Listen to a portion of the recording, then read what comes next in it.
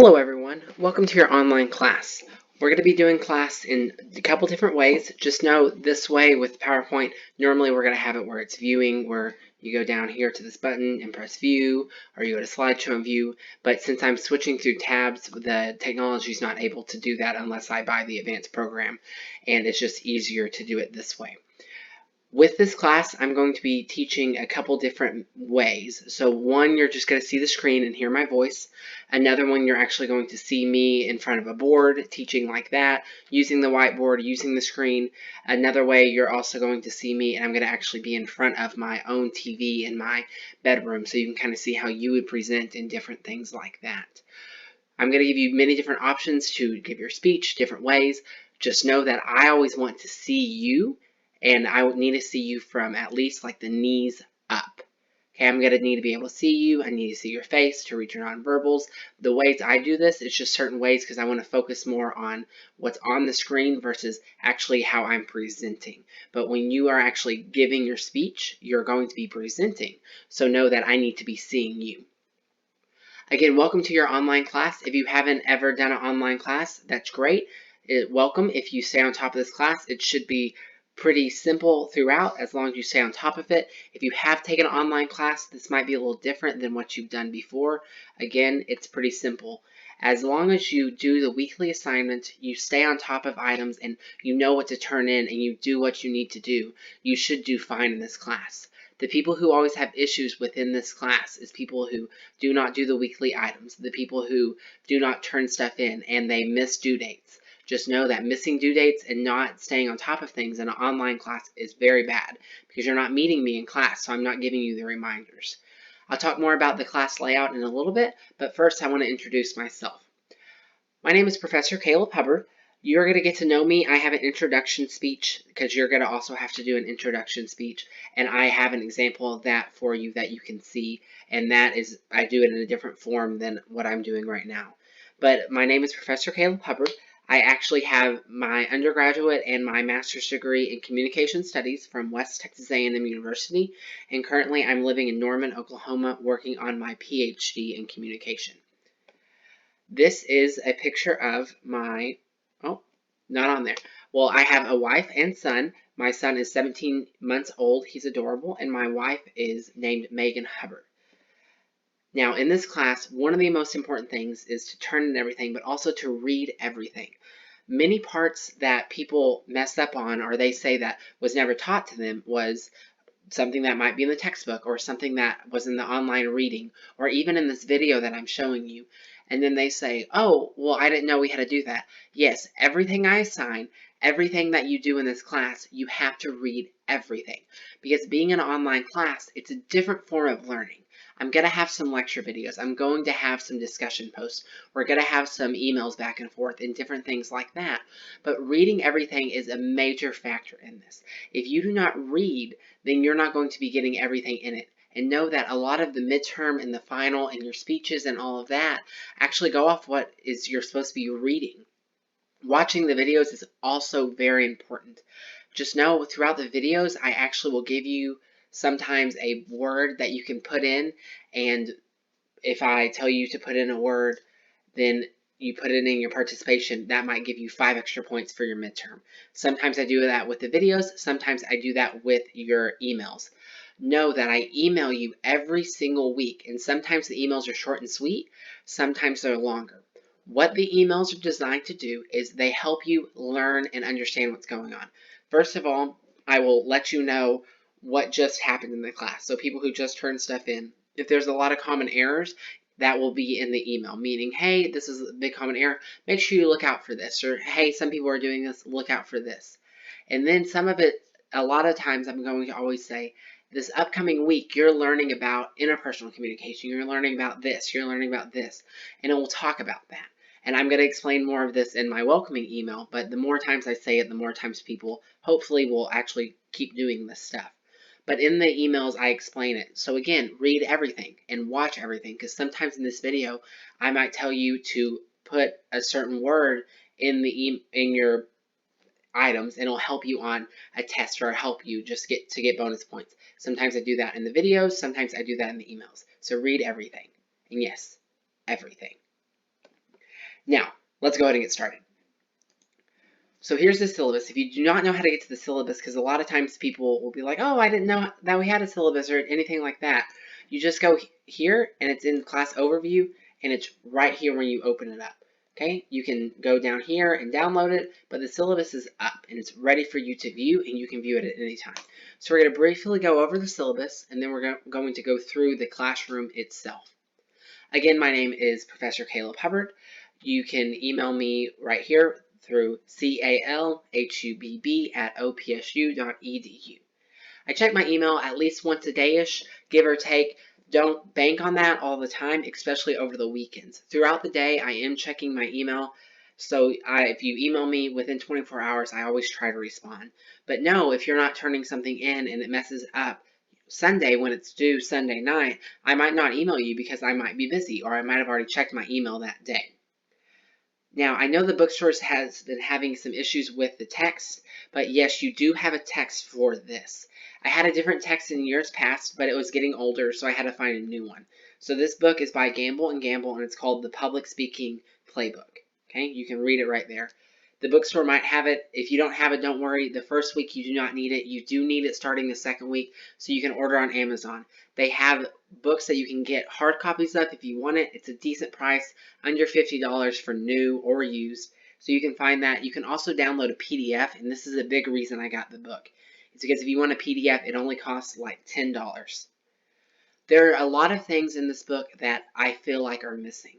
So with that, I have other texts and other items that I will post and have online.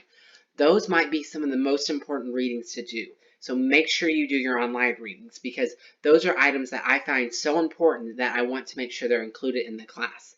Know that the textbook has many, many chapters, but we're not going to go over all of them. So when I do the online readings, a lot of times your final, your midterm, or just even discussion posts are going to come from your online reading. Now you can read by yourself what the course objective is to do, but I want you to learn how to read and organize and public speak and be able to work with people. Okay, so you can read all of those by yourself, the course context, all of that. I'm expecting you to read this full syllabus in detail, or at least skim it, but I really hope you read it in detail. Now here's the things that I find important. There are no late assignments in this.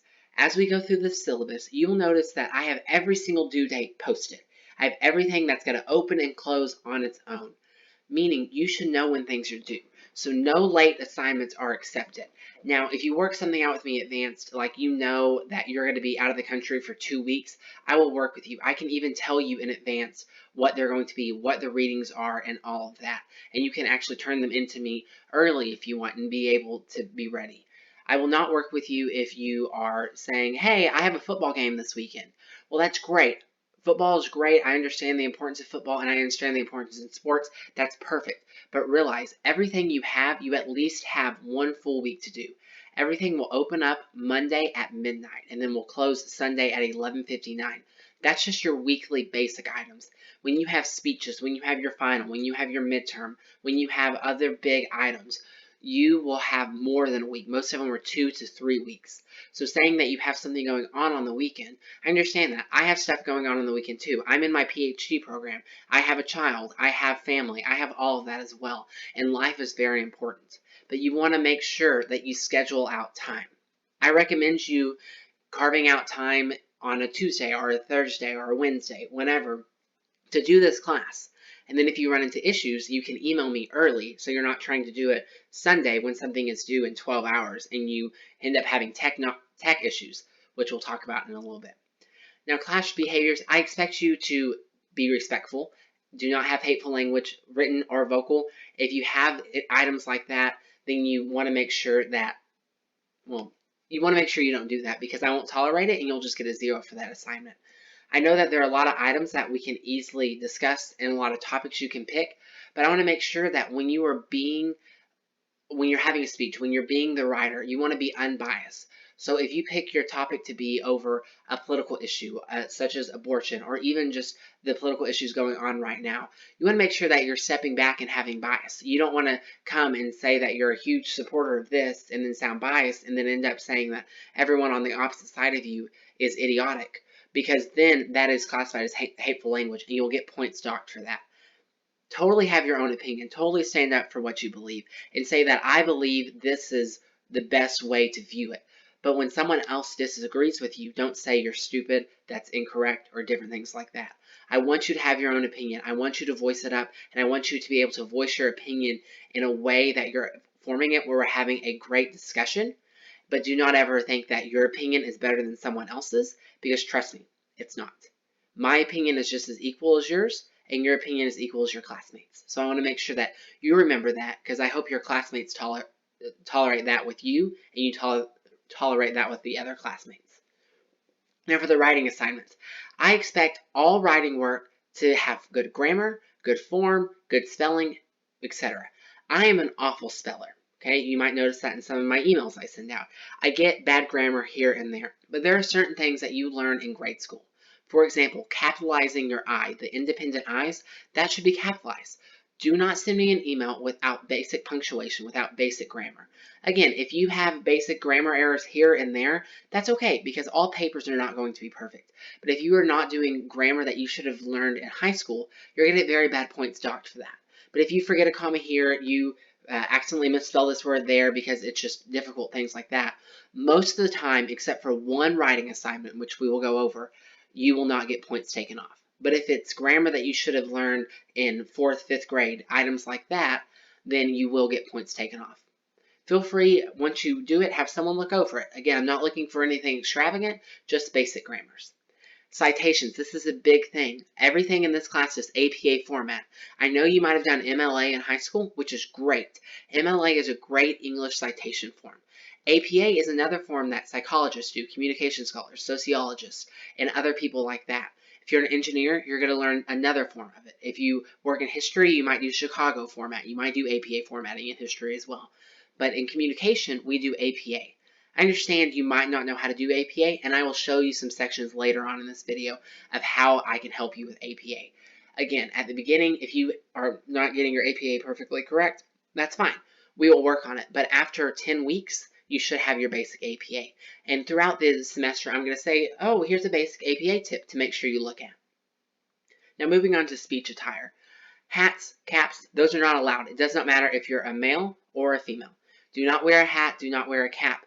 A big part of that is because if you're wearing a hat or something like that, it might put a shadow on your face. And your face is showing a lot of your nonverbal features. And if you're having a shadow and I can't see your nonverbal features, it's very hard for me to know that how you are doing your speech. Make sure you dress up appropriately. Slacks, t-shirts, or slacks, a nice shirt. If you want to wear jeans, that's fine. Make sure they're nice jeans, they're not holey jeans, and different things like that. A button-up shirt for guys works. Girls, most dresses can work, or if you want to wear jeans and a nice top, that is perfectly fine. One thing that I will not accept is t-shirts. Do not wear t-shirts. You will get points docked for that.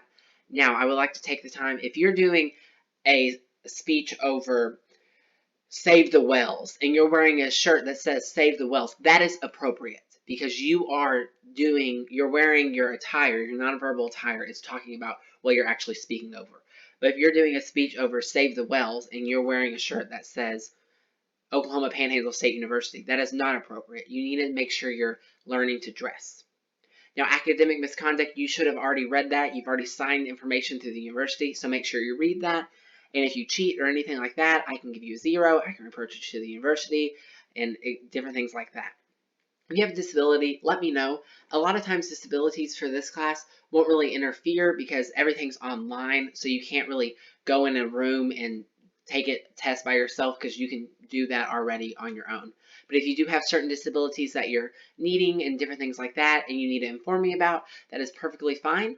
I'm actually dyslexic, so disabilities, there's always ways to make sure that you're using your disability to your advantage, and I understand that, so make sure you let me know. Do not cheat in this class. Many people try to think that, oh, since it's an online class, I can work with someone and we can just use the same answers. Feel free to work with people. Use your resources. Do not work with people on the final or the midterm, which it's very hard to do that anyways. But I'm able to see what you are doing. I'm able to look at your IP addresses and different things like that. So just know that. Don't cheat, but if you're trying to do participation or discussion and you're trying to figure out what to do and you text a classmate saying, hey, what does this mean? And different things like that. What are you saying? Oh, I'm thinking about saying this. Oh, no, you should say it in this way. That's not cheating. Use your resources. In your midterm and in your final, use your textbook, Google stuff, do information like that. You have resources. I don't expect you to memorize everything because you are not going to have all this memorized when you're in the real world. We're able to Google what definitions are and what all this is.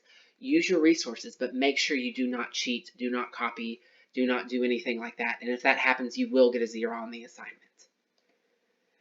Okay, now this is going into what you're actually going to be graded on. And I'm going to pause right here real quick. I know this video has been 15 minutes in, and a lot of times the videos are about 20 minutes long, but know that this one's going to be a little bit longer because it's the first week and I'm trying to explain everything. So stay with me. You're doing a great job. Just keep watching. We're getting there. Now back to the syllabus. Participation.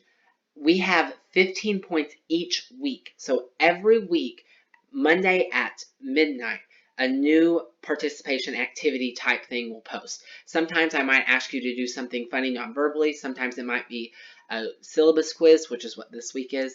Sometimes it might be to watch this clip of this video and then to write about it. And even one time I asked you to watch a movie, and it's a movie of your choice, and then write about it in a group manner. But every week you're going to have to do some form of activity, some form of participation, and then you're going to write about it. And then it has to be due before midnight. At 11:59 on Sundays is when participation closes. Now, so 11:59 is when you need to have it there. If you post it after, I will not accept it because, again, as we previously showed up here, I do not accept light work. Now, again, that's if you get hospitalized or anything like that, let me know. I will totally work with you if that happens. Now, so make sure that you do this. There's 15 weeks, so make sure you do that. And then, of course, there's 14 graded weeks, but this week, the 15th week, is the actual syllabus quiz. Now, for the attendance is the same thing, but the attendance is a discussion. So when you have the attendance, like this week, attendance is what is your most fear of public speaking, some form of that manner.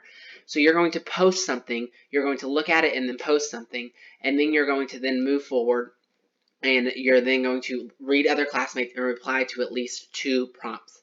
Now realize, if Billy posts something and then Sally comments, that's 1 comment for Sally. But then if Billy comments back to Sally, that's great, I love the discussion going, but that does not count for Billy's extra comment. He has to go find 2 other people. Okay, so you have to go post to 2 other people's parts. Now you have 4 different speeches. Technically you have 5 speeches, but 4 are graded. So first you have the storytelling speech. So the storytelling speech is your first graded speech, and this is to still help you practice of how to do it. And I'm just getting you comfortable in getting in front of the camera, but basically you're going to pick a story that has happened in your life, and you're going to tell me about a time you went to the mountains. You're going to tell me about a time that you traveled abroad. You're going to tell me about a time you did something stupid. You're going to tell me about something. Tell me a story, and make sure you have all the parts. That week you have a story reading, and it's in the text, and then I'm actually going to go over storytelling, and I'm going to talk to you about that and what you need to do. Time requirements are essential. Being an online class, if you go over 5 minutes, you can restart it. Or if you only do a minute, you can redo your speech. So normally it's a big dock if you do not make time, so know that. Whereas if you were in class and you did not make 2 to 5 minutes, it would be a couple points off, but you cannot change it. But being an online class, you can always re-record. Now your demonstration speech, throughout all these speeches, by the way, I'm going to give you what's going to happen again, but make sure you use this as a reference. So your demonstration speech, you're going to tell me how to do something. It could be how to make a peanut butter and jelly sandwich. It could be how to hit a baseball. It could be how to high five it properly or how to create a secret handshake. It could be whatever you want to. Okay? If you're going to have people within the speech, make sure they know not to talk. They're just going to be there and they're going to be your dummy. So they might come on the screen and then leave. But if they talk for a minute, I'm going to cancel that minute out of your speech because it's a speech that you're giving. So feel free to have someone to help be your prop, be your dummy, however you want to call it. But if they talk for a minute and explain something, then they're giving part of a speech and it's not you. So make sure you do it, and feel free. People always have someone else there to help, but you don't have to. Okay, a big part of that too is make sure you don't have dead zones, which we will discuss a little bit, excuse me, a little bit later. Your informative speech, you will have an informative speech and inform us about something in the world. Make sure you're not persuading us, trying to get us to do something. You're informing us about something. This one, you're going to have 3 sources. We're going to talk about how to find sources, what is scholarly, that Wikipedia is not. Wikipedia is a great starting point. We're going to talk about all of that. This informative speech is your first time you're going to have to do a visual aid. I'm going to give you an example of how to do a visual aid if you want to use a classroom setting, if you want to use a little room that the university offers, or if you want to do it at home using HDMI cord through your TV or something like that. And then your persuasive speech is your final one, and it's due at the very end of the year. And then you're going to present, and you're going to try to persuade us to do something. You're going to need to give us a PowerPoint as well, and different things like that. An outline is for every single speech. Okay, we're going to talk about outlining, but all 4 speeches, technically 5, you have 5 of them due for your intro speech. You're going to have to turn those in. Okay, and I'll show you where we can get outlines as well. Okay, now moving on, your speaker critique. This is open right now.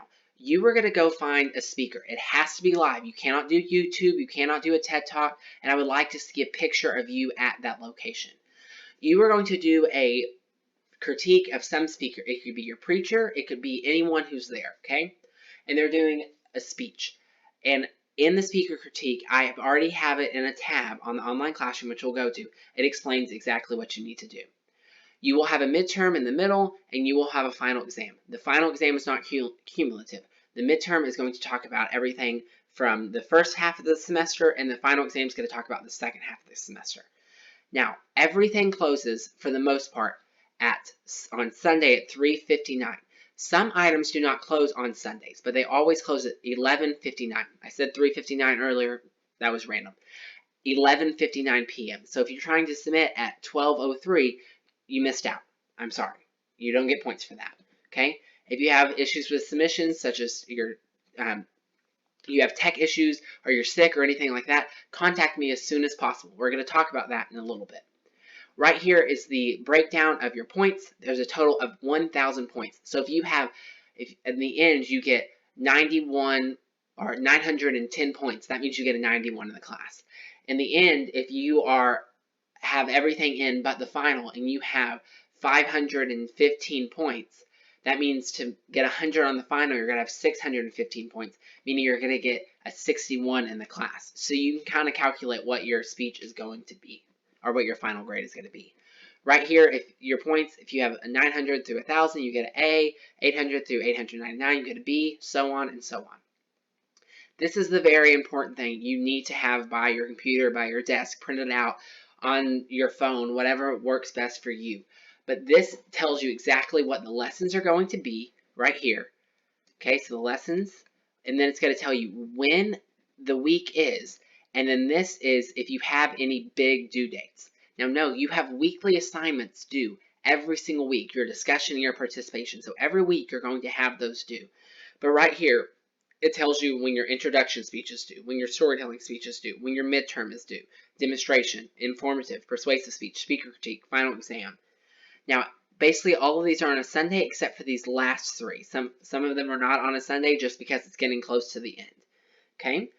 It also tells you what you're needing to be read. Now realize, if you don't read and I give you something, I talk about something on the final, or you don't talk about that in your items and you don't do it and you get points docked for it, and you said, well, I didn't know that. Well, I'm sorry. You are in college. You need to read. You're in an online class. Watch everything and read.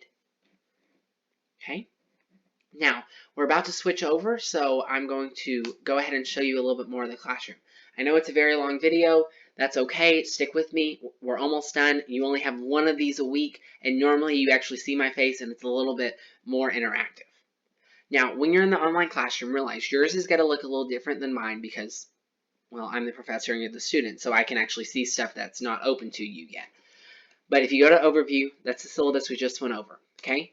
Now, class instructions. For the discussion, I want you to read this. If you ever get confused on what to do, we already talked about this, but this is what you do. It explains it. Same with participation right here. Everything needs to be submitted with a Microsoft Word document, APA format. If you submit something to me in Pages or something like that, or Google Docs, the first couple times I'm going to email you back and say, hey, send this to me the correct way, and you're going to get points docked. But after it happens, after 5 weeks, I'm not going to do that. I'm just going to give you a 0 and tell you to reference this tab. So make sure you read all of this. Again, you're in an online class. You need to read everything. Now, submitting work. This explains where I land on how you submit stuff if you submit it incorrectly. So within the first 5 weeks, I will email you and just submit it if you do it the first time. And I'll say, not a big deal. It's the first time. You messed up. It's okay. I'll get it to you. No point deduction. Second offense, you're going to lose points on the assignment. Third offense, I'm just going to say, you know what? I don't think you care, so I'm not going to care to grade your paper because you're not doing it right. I've reached out to you too many times. After the first 5 weeks, if you do not submit it correctly, if you submit it to Google Docs or Pages or something like that, I'm just not even going to grade it because you're not listening. Now, this is the most important part. If you're having a tech issue, you need to contact me ASAP. Earlier, I talked about trying to do your stuff Monday, Tuesday, Wednesday, or Thursday, something like that. I check my emails on the weekday for sure. And within 24 hours, I can reply to you. But right here, if you have issues with IT and you're telling me what's happening, first of all, you need to go to IT and try to figure it out. But if you do it earlier than 24 hours in the deadline, so Saturday or before, I probably can work with you. Normally, if you reply to me Saturday, I don't always check my emails on Saturday or Sundays. Sometimes I'm out of town. I'm not going to check it if I'm with family. Okay, Sundays, normally I'll check in the morning and that's it. So make sure you do that. But 24 hours before the deadline, I can work with you. I can figure something out. 12 to 24 hours before the deadline, I might look at my email and I might be able to help you within 12 hours of the deadline.